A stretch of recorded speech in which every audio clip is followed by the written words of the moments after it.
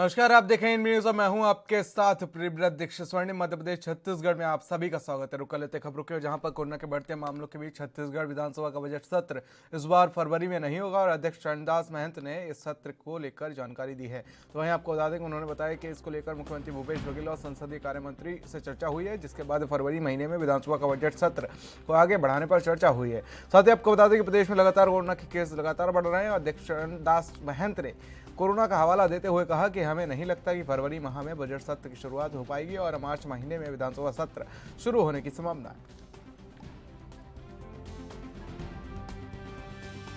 आपको बता दें कि फरवरी महीने में विधानसभा का सत्र होना था, उसको लेकर फिलहाल बढ़ते कोरोना के मामलों को लेकर ये सत्र टाल दिया गया है, क्योंकि जिस तरीके से कोरोना के आंकड़े लगातार सामने आ रहे हैं उसको लेकर एक अंदेशा लगाया जा रहा है कि फरवरी में तीसरी लहर का अंदेशा है। तो इसी को लेकर अब चरणदास महंत विधानसभा अध्यक्ष ने यह फैसला किया है कि मार्च में फिलहाल विधानसभा सत्र का आयोजन किया जाएगा और उसी को लेकर फिलहाल यह फैसला लिया गया है और विधानसभा सत्र को फिलहाल टाल दिया गया है। तो मार्च के महीने में शुरू हो सकता है विधानसभा का सत्र और कोरोना को लेकर विधानसभा का बजट सत्र फिलहाल टाल दिया गया है।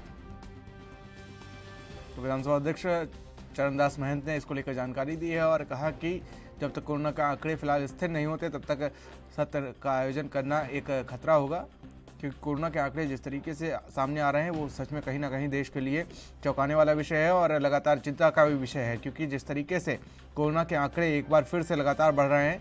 पहले आंकड़े हजारों में आ रहे थे, लेकिन अब लाखों में आंकड़े फिर से आने लगे। तो वहीं छत्तीसगढ़ में कोरोना की तीसरी लहर ने रफ्तार पकड़ ली है। लगातार संक्रमण और कोरोना केस बढ़ते जा रहे हैं और पहली बार एक दिन में 4 ओमिक्रॉन केसों के साथ कुल 5,151 कोरोना मरीजों की पहचान हुई है। रायपुर में आज सबसे ज़्यादा 1,454 संक्रमित मरीज मिले हैं। इसके अलावा दुर्ग में 950, बिलासपुर में 396 और रायगढ़ में 596 संक्रमित मरीज मिले हैं। तो वहीं प्रदेश में टोटल संक्रमित मरीजों की संख्या 23,886 हो गई है। बुधवार को करीब 55,946 कोरोना टेस्ट किया गया। तो वहीं इसमें 5,151 लोग संक्रमित मिले हैं। वहीं प्रदेश में आज 4 लोगों की मौत कोरोना से हुई है।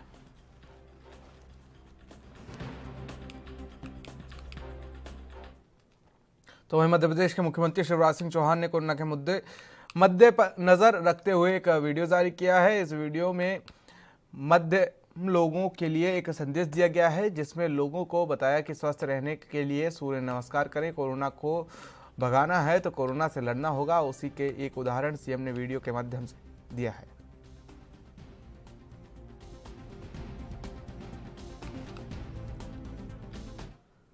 तो वहीं छत्तीसगढ़ में पीड़ित महिलाओं ने रहवास और पुनर्वास के संबंध में त्वरित कार्रवाई की जा रही है। छत्तीसगढ़ राज्य महिला आयोग के द्वारा एक वर्ष में लगभग 1500 से अधिक प्रकरणों की सुनवाई और 500 से अधिक प्रकरणों का निराकरण किया गया है। साथ ही आपको बता दें कि इसके साथ ही आयोग द्वारा 100 प्रकरणों की नियमित निगरानी की जा रही है। हिमाचल प्रदेश के धर्मशाला में आयोजित 2 दिवसीय राष्ट्रीय महिला आयोग के साथ राज्यों की महिला आयोग में मध्य पारस्परिक संवाद बैठक में छत्तीसगढ़ महिला आयोग के अध्यक्ष डॉक्टर किरणमयी नायक ने यह जानकारी दी है। बैठक में पीड़ित महिलाओं के पुनर्वास और सहायता विषय पर राज्यों में किए जा रहे प्रयास और आने वाली समस्याओं पर चर्चा की गई।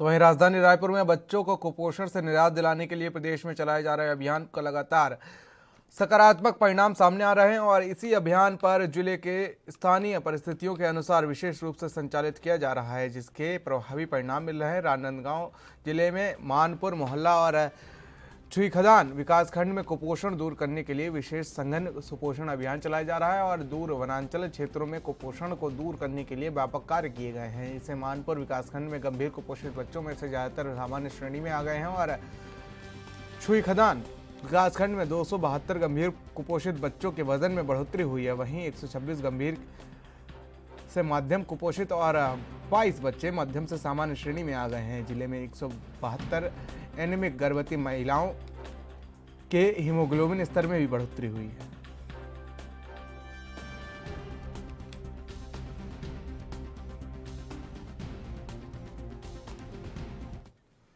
तो वहीं मध्य प्रदेश के चिकित्सा शिक्षा मंत्री विश्वास सारंग इन दिनों अपने बयान को लेकर चर्चाओं में हैं और वहीं एक बार फिर से मंत्री विश्वास सारंग के बयान सामने आए हैं। उन्होंने कोरोना के मामलों को लेकर साथ कांग्रेस पर भी तंज कसा है। क्या कुछ कहा उन्होंने, सुनवाते हैं।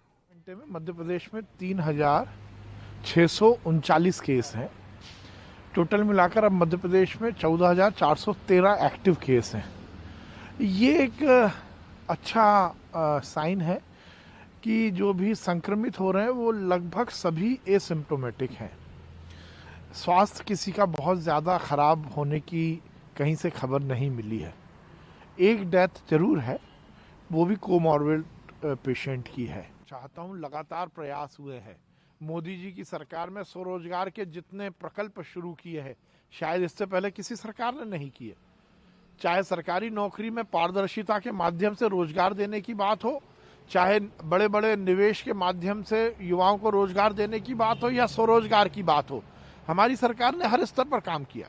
समाप्त हुआ है कांग्रेस के वो दलाल जो कालाबाजारी करते थे, वो जरूर समाप्त हुए। भ्रष्टाचारी जरूर समाप्त हुए, उनका भ्रष्टाचार समाप्त हुआ है। पर राहुल गांधी बिना किसी आंकड़े के, बिना किसी तथ्य के स्क्रिप्टेड बयान और स्क्रिप्टेड ट्वीट करते हैं। उनके किसी ने बता दिया होगा, वो आंकड़े तो जानते नहीं है। सिद्धू जी को चुनाव के पहले ज्ञान मिल गया। पंजाब की जनता तो पहले ही तय कर चुकी है कि इस बार पंजाब में भारतीय जनता पार्टी का मुख्यमंत्री होगा। जब भारतीय जनता पार्टी का मुख्यमंत्री होगा तो कांग्रेस का आला कमान क्यों निश्चित करेगा। कांग्रेस तो भूली बिसरी बातें हैं। जिस सरकार में इस देश के प्रधानमंत्री की सुरक्षा नहीं हो सकती, वो प्रदेश की जनता की क्या सुरक्षा करेगा। और ये बात जनता ने मानी है। पंजाब में इस बात को लेकर बड़ा रोष है कि जिस प्रकार से कांग्रेस की पंजाब की सरकार ने प्रधानमंत्री की सुरक्षा को लेकर ही गैर जिम्मेदाराना रुख अपनाया, उस बात को लेकर जनता को लगता है कि जो सरकार प्रधानमंत्री की सुरक्षा नहीं कर सकती, वो पंजाब की जनता की क्या रख रखाव कर पाएगी, सुरक्षा कर पाएगी। और इसलिए निश्चित रूप से जो सिद्धू ने कहा है वो सही। तो वहीं दिग्विजय सिंह ने एक प्रेस कॉन्फ्रेंस की और उन्होंने प्रेस कॉन्फ्रेंस के दौरान कहा कि कट्टरपंथी विचारधारा का विरोध करता हूं, क्योंकि ये मूल सनातन धर्म के विचारधारा की जो सोच है ये हमारे सनातन धर्म और हिंदू धर्म के विरोध में है। साथ ही और क्या कुछ कहा उन्होंने, सुनवाते हैं। भाषण देना एक बात होती है, फूल माला पहना देना, मूर्ति बना देना एक बात होती है, लेकिन उन विचारों को अपने जीवन में उतारना एक दूसरी बात होती है। हम कांग्रेस के लोग और दिग्विजय सिंह उन विचारों को अपने जीवन में अब उतारकर उस धर्म के रास्ते पर चलता आया है, चला है और चलता रहेगा। इसमें किसी को शक नहीं होना चाहिए। हाँ, कट्टरपंथी विचारधारा के मैं खिलाफ था, हूं और रहूंगा, क्योंकि ये मूल सनातन धर्म के विचारधारा के जो उसका सोच है हमारे सनातन धर्म और हिंदू धर्म का के विरोध में है। ये हमेशा जो पढ़ लिया उसको सही मान लिया। किस संदर्भ में कहा गया ये आपने कभी जानने की कोशिश नहीं की। उन्होंने जो अपने बात कही थी कि नैसर्गिक साधनों में वंचित वर्गों का पहला अधिकार होता है। उन वंचित वर्गों में गरीब भी आता है, दलित भी आता है, पिछड़े भी आते हैं और अल्पसंख्यक भी आते हैं। वंचित वर्ग हैं, उनका पहला अधिकार बनता है, ये उन्होंने कहा था। तो वहीं मध्य प्रदेश के नेमावर कांड को लेकर राजनीति लगातार चरम पर है और गर्माती जा रही है। कांग्रेस के नेता दिग्विजय सिंह ने ट्वीट कर सरकार समेत राज्यपाल पर निशाना साधा है। उन्होंने लिखा कि 200 किलोमीटर पैदल चलकर नेमावर कांड के लिए न्याय मांगने आई बहन भारती को मिलने से आज राज्यपाल ने मना कर दिया। उन्होंने आगे लिखा कि दुख होता है कि ऐसे राज्यपाल पर जो आदिवासी होकर भी आदिवासी बेटी को 2 कदम चलकर मिलने नहीं आ सके। न्याय दिलाना तो दूर की बात है, यहाँ राज्यपाल महोदय मिलने तक पीड़ित से नहीं पहुंचे। हम अंदर गए थे, हम लोगों को बोला गया था कि राज्यपाल जी से मिलवाया जाएगा। हम अंदर गए तो हमें मिलने नहीं दिया गया। हमने बोला हमें राज्यपाल जी से मिलना है, तो उन्होंने कह दिया कि अभी कोविड का टाइम चल रहा है, अगर आप लोग उनसे मिलोगे तो उनको कोविड हो जाएगा। तो अभी सुबह कुछ लोग मिल के गए हैं, उनसे उनको कोविड नहीं हुआ। हुआ। आज मैं अपने परिवार के लिए न्याय मांगने के लिए आई हूँ, तो मैं से मिलेंगे तो कोविड हो जाएगा। आज राज्यपाल जी ने साबित कर दिया है कि आदिवासियों के लिए सही नहीं है। उनके दिल में कोई जगह नहीं है आदिवासियों के लिए। वो आदिवासियों के लिए उनके साथ नहीं है, क्योंकि 200 किलोमीटर चल के पैदल यात्रा करके आ रहे हैं। पाँव में हमारे छाले हो चुके हैं, लेकिन हम सिर्फ इसी मकसद से आए थे कि राज्यपाल जी के यहाँ हमें मिलने दिया जाएगा। हम उन्हें ज्ञापन देंगे, अपना दुख दर्द बताएंगे, लेकिन हमसे मिलने दी गया। बोला गया कि उन्हें कोविड हो जाएगा। हमारे साथ नैना करके 10 बुजुर्ग महिला चल रही हैं, छोटे छोटे बच्चे चल रहे हैं, उन्हें कोविड नहीं होगा।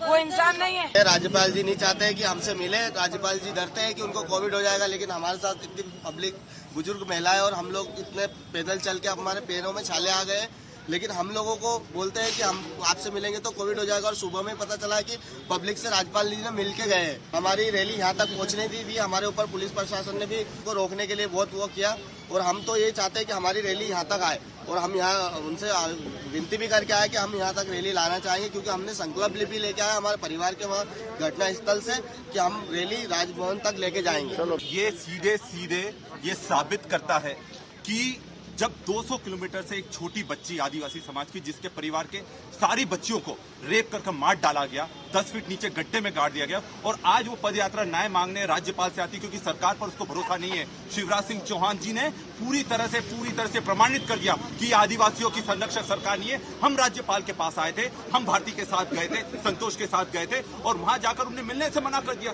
बोलते हैं कि कोरोना हो जाएगा। जब बोला कि हॉल में मिलने, वो भी मिलना नहीं चाहते। चलिए रुक कर लेते हैं खबरों की, जहां पर राजधानी भोपाल के गोविंदपुरा विधानसभा से बीजेपी विधायक कृष्ण गौर का कद बढ़ गया है। 2 दिन पहले कृष्ण गौर राज्य पिछड़ा वर्ग कल्याण आयोग के सदस्य बनाई गई थी, तो वहीं आपको बता दें कि उन्हें अब राज्य मंत्री का दर्जा मिल गया है। कृष्ण गौर पिछड़ा वर्ग मोर्चा की राष्ट्रीय उपाध्यक्ष भी हैं, और उधर मध्य प्रदेश राज्य पिछड़ा वर्ग आयोग की सदस्य नियुक्त होने पर गोविंदपुरा विधानसभा कृष्ण गौर ने अपना पद ग्रहण किया है। कृष्ण गौर ने कहा कि पिछड़ा वर्ग कल्याण आयोग के सदस्य के रूप में पदभार ग्रहण समारोह पिछड़ा वर्ग कल्याण आयोग के कार्यालय में संपन्न हुआ, और इस अवसर पर मध्य प्रदेश शासन के पिछड़ा वर्ग और अल्पसंख्यक कल्याण विभाग के मंत्री राम खिलावन पटेल, पिछड़ा वर्ग कल्याण आयोग के यशस्वी अध्यक्ष गौरीशंकर बिसेन समेत कई बड़े नेता मौजूद रहे।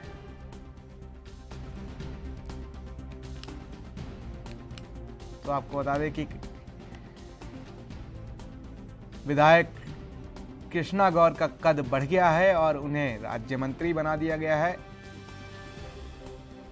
गोविंदपुर विधानसभा से विधायक थी कृष्णा गौर, और अब फिलहाल उनकी जिम्मेदारी बढ़ा दी गई है।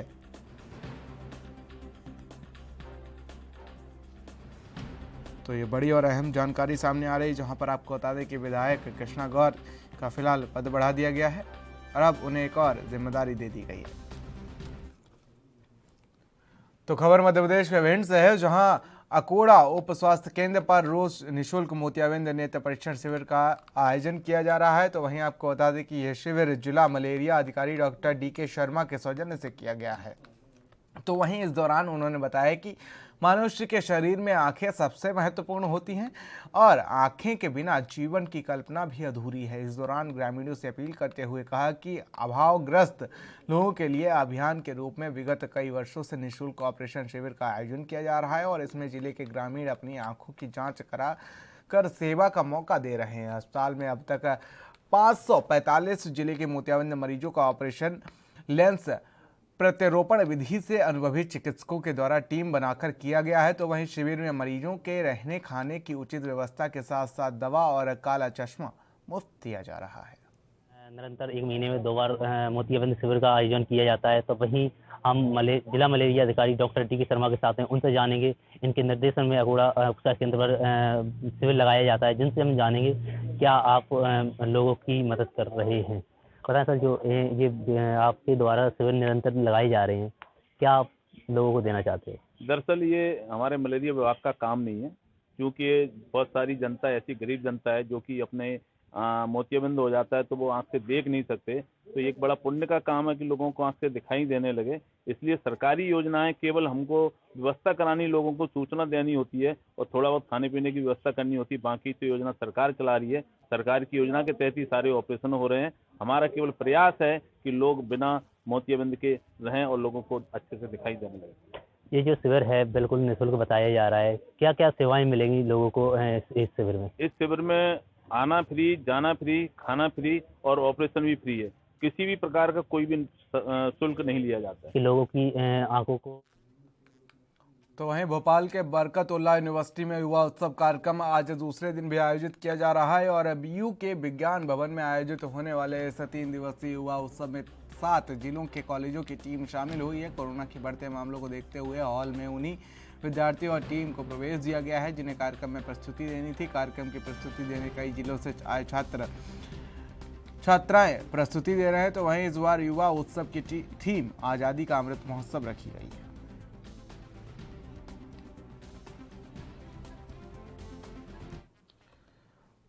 तो वहीं मध्य प्रदेश में कोरोना महामारी की तीसरी लहर बेकाबू होती जा रही है। प्रदेश भर में 3,639 नए संक्रमित मरीज मिले हैं और अकेले इंदौर की बात कर ली जाए तो कोरोना के 1,169 नए संक्रमित महज 24 घंटे में सामने आए हैं। भोपाल में 572 और ग्वालियर में 502 नए संक्रमित पाए गए हैं। तो वहीं जबलपुर में 280 संक्रमित मिले हैं।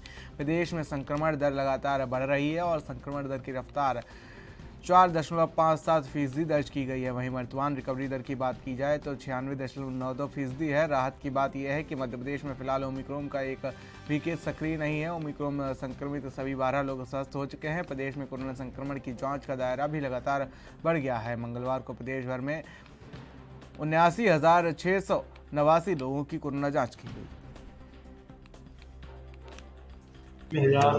589 नए प्रकरण संपूर्ण प्रदेश में आए, जबकि ठीक होकर अपने अपने घरों और गंतव्य की ओर जाने वाले 540 लोग। थोड़ा नीचे करेंगे बस। हमारी संक्रमण दर अब मध्य प्रदेश में बढ़कर 4.56 हो गई है, जबकि रिकवरी दर 96.73% है। पिछले 24 घंटे में 79,670 टेस्ट संपूर्ण मध्य प्रदेश में किए गए हैं और एक्टिव केस वर्तमान में जो हमारी संख्या है वो 14,027 संपूर्ण मध्य प्रदेश के एक्टिव केस हैं। पूरी सावधानी के साथ में, पूरी शिद्दत के। तो वहीं मध्य प्रदेश के स्कूलों और छात्रों को लेकर गृह मंत्री डॉक्टर नरोत्तम मिश्रा का बड़ा बयान सामने आया है, जहां नरोत्तम मिश्रा ने कहा कि स्कूलों को लेकर स्वयं मुख्यमंत्री शिवराज सिंह चौहान ने स्कूल शिक्षा विभाग के साथ समीक्षा की और अभी बच्चों और हुए सभी निर्णय लिए जा रहे हैं। अगर स्थिति गंभीर हुई तो तत्काल निर्णय लिए जाएंगे। मैं यहाँ स्पष्ट कर देना चाहता हूँ, लॉकडाउन करने का, बाजार बंद करने का कोई भी प्रस्ताव गृह विभाग पर विचाराधीन नहीं है। इसलिए कोई भ्रम फैलाता है, आप सबसे भी प्रार्थना है उस भ्रम को आप भी कृपा करके दूर करें। लेकिन हम कोरोना मास्क न लगाने पर और सख्ती और जुर्माना बढ़ाने पर भी विचार कर रहे हैं। खुली जेल के बारे में भी विचार कर रहे हैं कि लोग कोरोना बम बन के न घूमें। तीसरी लहर रोकने के लिए पूरी तरह से संकल्पित हैं। मुख्यमंत्री जी स्वयं प्रतिदिन बैठक ले रहे हैं। कल भी बैठक लेके कोरोना गाइडलाइन उन्होंने। तो वहीं स्वामी विवेकानंद की जयंती के मौके पर इंदौर के लगभग 35,000 युवाओं को स्वरोजगार के लिए 206 करोड़ रुपए से अधिक की राशि प्राप्त होगी। इसके लिए आपको बता दें कि उन्हें शासन की कई रोजगार मूलक योजनाओं के अंतर्गत स्वीकृत और वितरण पत्र सौंपे जाएंगे। वहीं गृह मंत्री नरोत्तम मिश्रा ने ट्वीट कर विवेकानंद जयंती की बधाई दी और कहा कि पूरे प्रदेश में जिला स्तर रोजगार मेलों के माध्यम से राज्य और 5 लाख से अधिक युवाओं को रोजगार और स्वरोजगार के अभियान से जोड़ा जा रहा है। देश की सरकार सर्वांगीण और चहुमुखी सोच रखकर काम कर रही है। जो सर्वे की रिपोर्ट आई थी उसमें भी इंफ्रास्ट्रक्चर पर 40,000 करोड़ से ज्यादा का निवेश हमारी सरकार ने पिछले दिनों में किया और रोजगार के अवसर से की और सर्वाधिक रोजगार मध्य प्रदेश ने दिया। उसी कड़ी में आज स्वामी विवेकानंद जी की जयंती पर 5 लाख से अधिक नौजवानों को वो परिपत्र दिए जाएंगे, अधिकार पत्र दिए जाएंगे, लोन के पत्र दिए जाएंगे, रोजगार दिए जाएंगे। ऐसे 5 लाख लोग हैं। मुख्यमंत्री जी भोपाल से, मैं इंदौर से, बाकी मंत्रीगण सभी अपने प्रभार के जिलों में इस कार्यक्रम पे अधिकार पत्र सौंपेंगे। चूंकि कोरोना गाइडलाइन का भी फॉलो करना है, इसलिए बाकी लोगों को वर्चुअल और घर पर जाकर दिए जाएंगे, कुछ प्रमुख लोगों को यहाँ पर दिए। तो आपको बता दें कि रोजगार मेला के तहत लोगों को रोजगार देने की लोगों को रोजगार दिया जाएगा और साथ ही रोजगार मेला के तहत युवाओं को अब रोजगार मिलेगा। तो वहीं 206 करोड़ रुपए का बजट आवंटित किया जाएगा और सरकार की योजनाओं से युवाओं को जोड़ने का प्रयास मध्य प्रदेश सरकार करती नजर आ रही है। इसको लेकर मध्य प्रदेश के गृह मंत्री नरोत्तम मिश्रा ने एक बयान दिया है। उन्होंने कहा कि युवाओं को रोजगार से जोड़ने का काम लगातार सरकार कर रही है।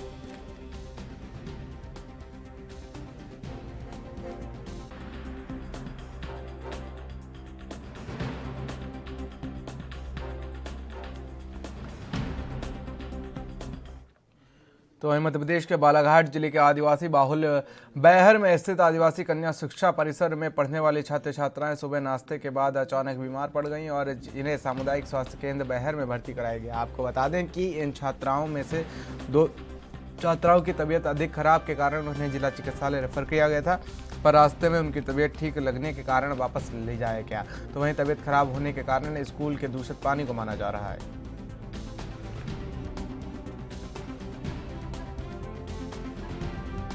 आज सुबह 9 साढ़े 9 बजे कन्या शिक्षा परिषद बैहर की लगभग 19 बच्चियाँ एडमिट हुई, वो हॉस्पिटलाइज हुई।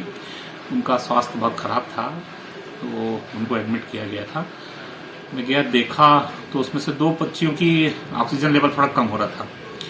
उन 2 बच्चियों को जिला चिकित्सालय बालाघाट रेफर मेरे द्वारा कराया गया है और बाकी बच्चियां स्वस्थ हैं। बाकी बच्चों को उनको बॉटल चला के दवाइयाँ दे के ठीक किया गया है और अब वो खाना पीना स्टार्ट कर दी हैं बाकी बच्चियां। मुझे लगता है कि अभी एसडीएम साहब ने तहसीलदार मैडम को जांच करने के आदेश दिए हैं कि किन कारणों से ये फूड पॉइजनिंग है या पानी के कारण किन कारणों से ये सब हुआ है, वो अभी जाँच के बाद आना शेष है। लेकिन जैसा मुझे जानकारी लगी है कि वहाँ जो पानी की टंकी है वो 10,000 लीटर की टंकी है और ऊपर से खुली हुई है और बहुत दिनों से सफाई भी नहीं हुई है। तो अभी नगर पालिका की टीम तहसीलदार मैडम के साथ गई हुई है और खाने में अगर कोई चीज़ अगर आई है तो उसकी भी जांच, अभी सैंपलिंग जांच होगी। तो स्वर्णिम मध्य प्रदेश छत्तीसगढ़ के खास बुलेटिन मेरे साथ इतना ही। देश और दुनिया के अहम खबरों के लिए बने रहिए एनवी न्यूज़ के साथ। नमस्कार।